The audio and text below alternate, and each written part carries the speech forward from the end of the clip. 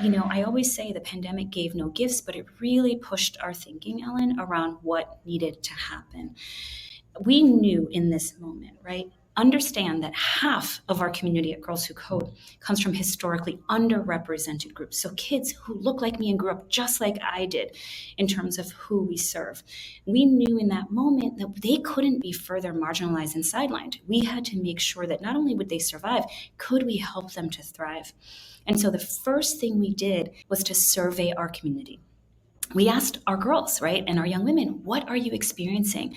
What do you need? And so, to your point in the framing of your question, we decided to prioritize accessibility and flexibility because we knew that had to be central to the kinds of outcomes we knew we wanted to see with our community. So we're talking about live and asynchronous instruction, project-based learning, group work, because remember that these are girls who have myriad challenges from unreliable Wi-Fi, computers that we realized that they were sharing or didn't have to begin with, the lack of a quiet place to work, caregiving responsibilities that they were grappling with. And remember, during the pandemic, these were girls, especially if they came from Black and Brown communities, who were grappling with the loss of family members to the virus.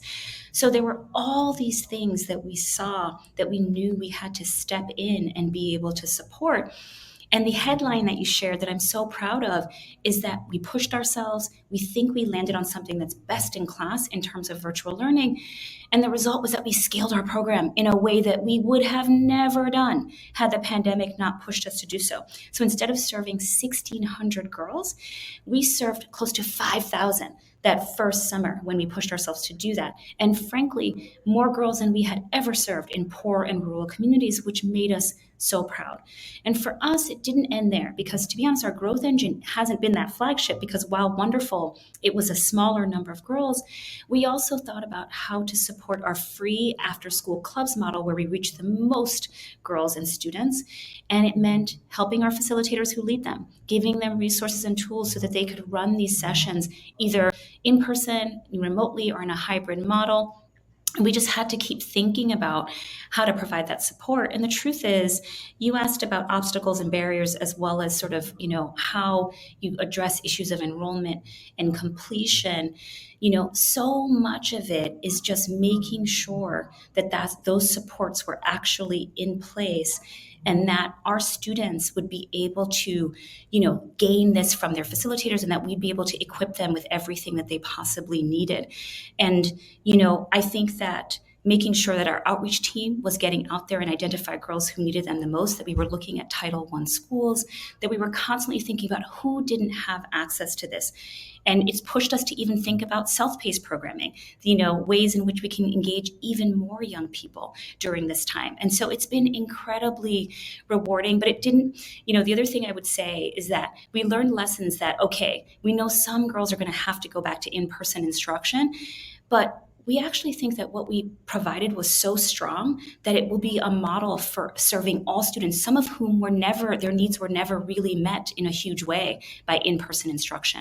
And in terms of our numbers, we, instead of serving 450,000 girls to date, we now can say we've served 500,000, including in growing our alumni base from 90,000 to 115,000. And the other group I want to point to, we surveyed our alums really early in the pandemic because we were very worried about them. And we learned right away that 30% of them had lost their internship opportunities. And 40% of our seniors had their full-time job offers rescinded. That was such a big deal. We also knew we had high numbers in terms of caregiving and other responsibilities, folks who had to stop everything they were doing in terms of their plans to be able to get a job and help their families. That also propelled us, when you talk about lessons learned and how organizations can make pivots, to decide to deepen our work in the college programming as well as workforce development space. It led to us holding our first ever hiring summit. And Ellen, we don't know how to do that. We didn't know how to do that. We know how to do it now. We held a hiring summit, and we actually did 2 of them. We had 2,000 students and dozens of partner companies come to meet these young women who all of a sudden, remember, don't have access to potential employers the same way that they did, right?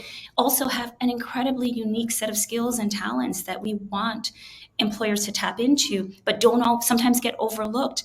And so it was just this wonderful move that we made. And we're so happy that we're doing that kind of work in the workforce development space to really help cement pathways into tech for young women.